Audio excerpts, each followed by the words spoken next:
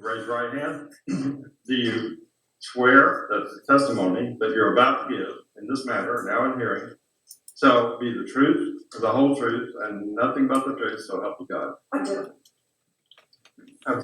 State your name for the record, please. My name is Dr. Lisa Detterhoskin. And Dr. Detterhoskin, give us a brief summary of your education, beginning with your undergraduate degree. Okay. I have a bachelor's of arts degree in chemistry from Susquehanna University in Pennsylvania. I have a PhD in inorganic analytical chemistry from Purdue University, and I have an MBA from Southern Polytech as well. And you are a PhD? Yes, I am. What did you do your thesis on? Oh my thesis was on synthesizing inorganic or organometallic complexes and then characterizing them. And in layman's terms, what does that mean? I made very complicated molecules that were to be used as catalysts for gasoline refining, and then I tested those catalysts. Are you a materials scientist? I'm a materials and chemicals scientist. And have you, what is your brief history of your work experience? Once I left graduate school, I went to work with McCrone Associates office in Atlanta. What is McCrone Associates?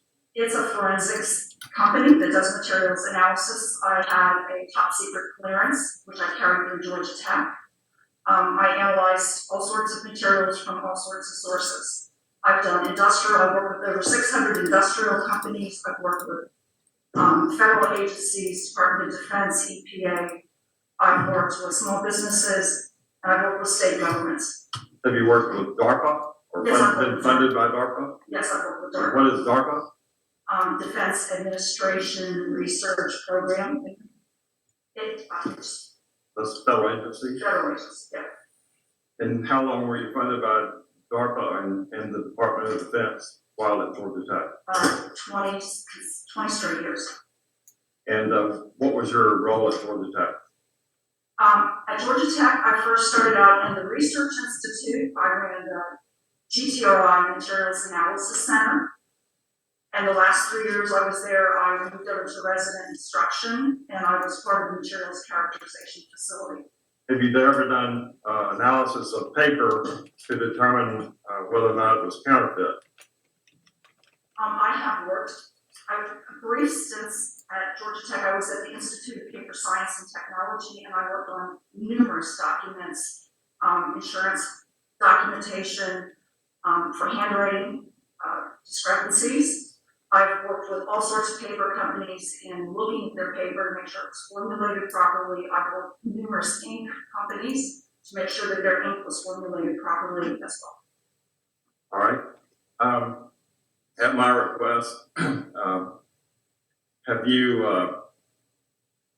if you would summarize for the court what you believe, if you were given access to the envelopes, the paper envelopes, or the absentee ballots to be mailed in, and the actual paper ballots, absentee ballots, what use would you put to those, and why do you need it?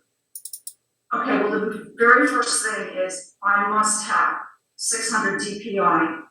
And you can think of it simply like this. If you start with a 3x5 photograph, and you really need an 11x16, you can tell if you start out with a poor photograph, and you have to enlarge it that much, you lose a lot of information. Judge, can we look at Senator her as an expert before we get into her substantive testimony? Right. Well, I apologize. I tend to her as an expert on the topic of forensic analysis of paper and ink. All right. Any objection? And thank you for bringing that to our attention. Ms. Renner, any objection? No objection, Your Honor. Ms. Bendisbar? No, Your Honor. All right. Let's go ahead. All right, Doctor, why do you need, or continue with your explanations, why you need access to the originals? Okay. The originals or the scan data that has been given to me to look at, the same images that David Sawyer looked at are 200 DPI, but they're compressed, which means they're even a lower resolution. My analytical equipment must have 600 DPI to begin. I'd actually like to have them a lot higher, but that would be time limiting. I understand that. Because what I'm going to try to do is look at every oval and the fill-in of the oval to see, and it's dots per square inch, how consistent the fill-in is across the entire oval, the concentricity or the circularity of the oval, and dimensions of the oval, because there could be different dimensions to different paper stock, if that was indeed the case. So I'm going to look at the ovals and how they were filled in. This is all black and white scan using image analysis, but I must have a very high resolution image because I have to enlarge it with my equipment. I also understand that these absentee ballots were folded, and I understand that based on Mr. Jones's testimony that the Dominion machines would not pick up those folds. At a higher scan, you would perhaps see those folds. And you not only see the folds, but you might see broken wood fibers in the paper from those folds, which is a second validation, not just shading, but actual fiber breaks. Okay, I also understand from Mr. Jones's testimony that when the absentee ballots are received, they're run through a Pitney Bowes machine and they're stamped. And with a much higher resolution, I might actually be able to look at those impressions and those stamps for additional forensic information. And lastly, I intend to illuminate these ballots with ultraviolet and infrared light. And when you use ultraviolet light, it'll sometimes change different papers, different colors, and inks different colors. So if I'm seeing batches that look like they have very concentrically filled in ovals and paper that's consistently doing a color change, that would give me forensics information. And if I'm subjecting them to infrared, and infrared's going to need a much smaller area like in the inks, I can actually get an elemental compositional fingerprint of that ink. And so from the print ink, the hand ink, using this equipment at a much higher resolution, that will give me greater accuracy in my forensics analysis. So this can be done with a 600 DPI. Minimum 600 DPI. Okay. It seems to me that you can buy a scanner at Office Depot with a 600 DPI. I guess what I'm wondering is what's the optimal DPI in order to do this type of work?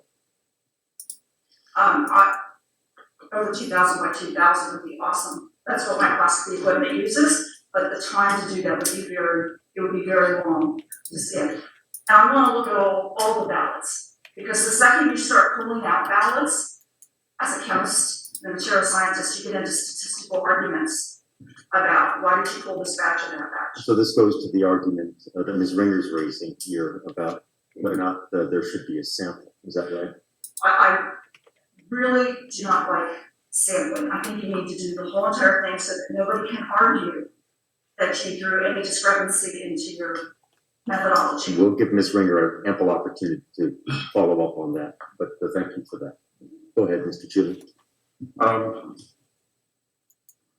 Did you have anything else to add as to the reason that you need to have the original envelopes and the original ballots? Now, and we're talking just as non-destructive testing. I will need to have contact for infrared, but it does not destroy it at all. It's just a touch. So this level of testing that I've talked about today is totally non-destructive. But there is another level that's absolutely conclusive, where I would need like 1/8 of an inch of the paper. But I can tell you what tree was used, how much of what tree was used. I can tell you what country produced it, how it was manufactured. So we can get into all of that level. Same thing with the inks, because I deformulate and help companies formulate materials all this time. Okay. That's all I have, Your Honor. Two quick ones, Your Honor. So based upon your training, education, experience, and analysis of these images, do you believe a physical evaluation is necessary? Absolutely. Okay. And I think you've already addressed why. And I can actually explain better. Sure. I looked at some of the ballots that were submitted off the Dominion machines. I looked at them just straight up on my computer screen. I just zoomed them. They all look alike. Because it's such a low resolution, because the machine's going yes or no, filled, not filled. But when you look at them, you just can't tell. Okay. And that would require the 600 or better. Mhm. And then the physical inspection of the ballot, based upon your training, education, experience, analysis, would be necessary. Well, think of it this way. And I worked with the Federal Bureau of Printing and Engraving when I was at the Paper Institute. I helped to design some of our currency. And there's polymer threads in there, there's different inks, there's a hologram.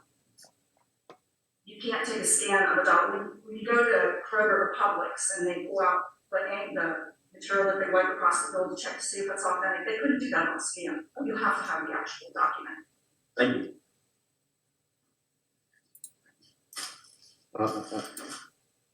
Just a couple of quick questions to follow up. The first is, we're looking at over 145,000 distinct physical ballots. And I'm trying to get a sense for what's helpful in order to resolve the issues that we have in the case versus what's academically interesting. And I'm also thinking a little bit about process in terms of the speed of the process and the completeness of the process. Deriving the necessary information from the process in order to determine the issues in the case.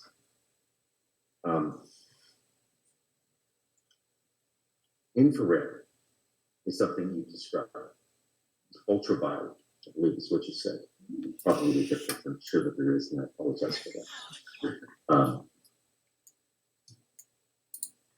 Is there a table device that something can be held up to that would allow an expert to see what they need to see on a piece of paper, but using the ultraviolet analysis?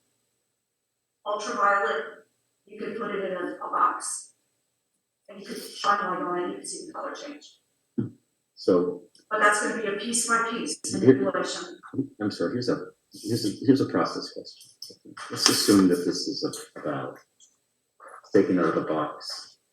We flip it over. You get a chance to look at it from the distance of 3 feet. In order to determine its paper stock, what would have to be done in that environment? Would you hold it up to the light? Would you have to touch it?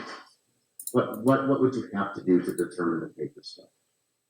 Paper stock to determine To determine the not necessarily the materials used, but maybe thickness, the difference in the thickness, for example. That's one item. The other is actually the difference in materials, I guess, as between ballots. True. it. Yes. So those are two things that you could be looking at. And how would you look at those two things in this environment? In this environment, thicknesses you could potentially use calipers. For thickness, you could also do a 5-place balance for weight. But there's a problem before we get into all these details. I don't even know what the ballots look like. And paper absorbs moisture. I don't know how they've been stored, if they've been wrapped in plastic.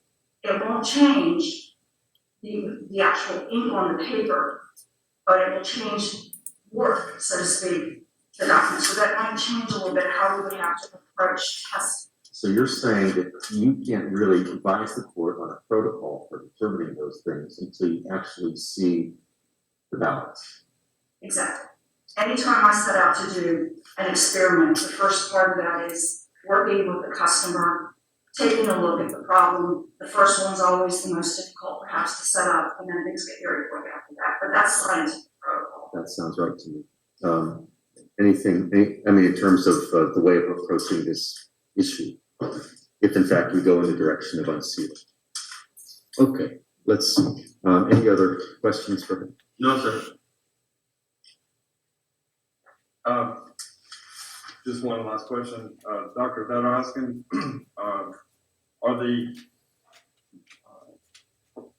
is the way in which you describe your approach, does that comport with generally accepted scientific principles and methodologies? Yes, it follows good forensic scientific principles and good laboratory practices. All right, that's all I have. Okay, Ms. Ringer? Yes. Good morning, Dr. Is Dieter Haskin? That's close enough. Okay, I'm sorry. Dieter Haskin. Okay, I'm sorry. I wrote down how I thought it was spelled. You said you were present for Mr. Jones's deposition. Is that correct? I was not. I read over some of his stuff. I was not present. I read over some of his. Okay. Were you also given Mr. Jones's affidavit that has been entered and filed in this case? No. You were not. Were you aware that, okay, let me see. Would your analysis be impacted by the fact that there are valid absentee ballots that would not be folded? No, the fold is only one part of my investigation. I understand, but would your analysis be impacted by the fact that there are, in fact, could be valid non-counterfeit ballots that would not be folded? They would be valid, but they would not have a fold. Would that impact your analysis? Not at all. Okay. Were you made aware that there could possibly be that there will be valid ballots that will not be folded? Yes. Okay. I was aware of that.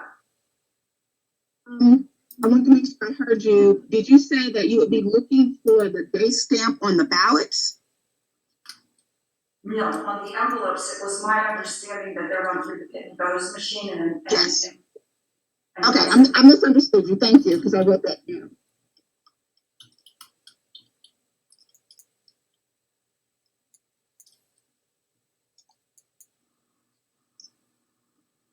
And so, as I understand, and you've told Your Honor that you can't say specifically at this point, but you're saying that you need to be able to physically touch each 145,000 absentee ballot, as well as have a scanned 600 DPI image of each. Is that correct? I believe we start with this, we do have to rescan all of the ballots at 600 DPI. Mm-hmm. The first step of my forensic analysis is to look at the ovals for concentricity, size, shape, completeness of fill. At the same time, I would like to illuminate them with ultraviolet light. If at all possible, I would like to go ahead and also illuminate portions of them with infrared light.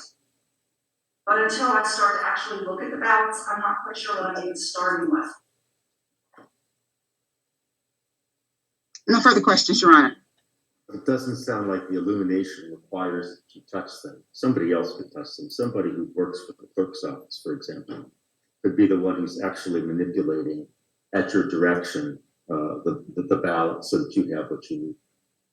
Yes, It's the ultraviolet would be easy. Infrared's going to take an analytical chemist. Okay. But in both scenarios, are you saying that someone who is an employee of the clerk's office could hold and manipulate the ballot themselves in order to get you what you need? Potentially, yes. Okay, because I have. Thank you for that clarification. You're welcome. All right, let's see. Anything else, Ms. Ringer? No, Your Honor. Ms. Spottiswoode? No, Your Honor. Thank you. In the back.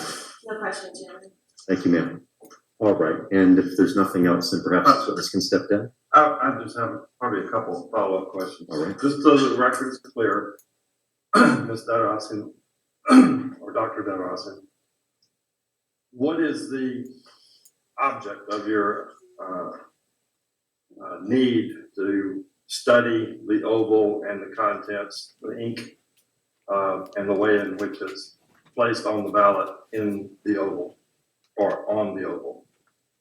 The goal of my work in this project is to determine whether or not these ballots were printed by a machine, filled in, the ovals were filled in by a machine, or if they were filled out by a human. And if they were filled out by a human, how many times did that human fill out ballots? And based on forensic image analysis, we can do trends very accurately to be able to determine that. And can you do that with a high degree of confidence? I'm sorry. Can you do that with a high degree of confidence if you have the ballots scanned at 800 DPI or 600 DPI? Yes, I'd like to work with very high accuracy. Thank you. That's all I have. Okay, so your work would have to start with the scanned images, and you could determine after that whether or not you need access to the physical ballots. Is that true? That's correct. Okay, thank you.